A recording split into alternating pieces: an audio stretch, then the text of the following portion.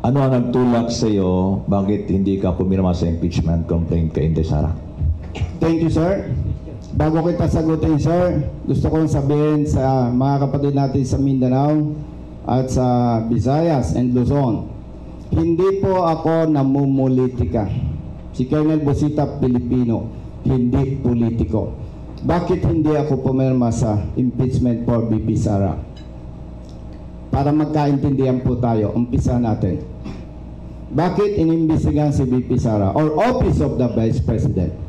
Sabi, may misuse of funds, confidential funds. Tanong, may iba pa bang mga opisina na may budget ng confidential funds? Sagot, yes. May iba bang opisina, bilyong-bilyong piso ang budget? Yes. Yung bang ibang mga opisina, nakakatiyak tayo na nagagamit ng tama ang pondo? No. Ibig sabihin po, kung ang interest ng ating gobyerno is protektahan ang pera ng taong bayan, hindi impeachment of the Vice President ang sagot dyan. Dapat tingnan natin yung problema at yun ang solusyonan.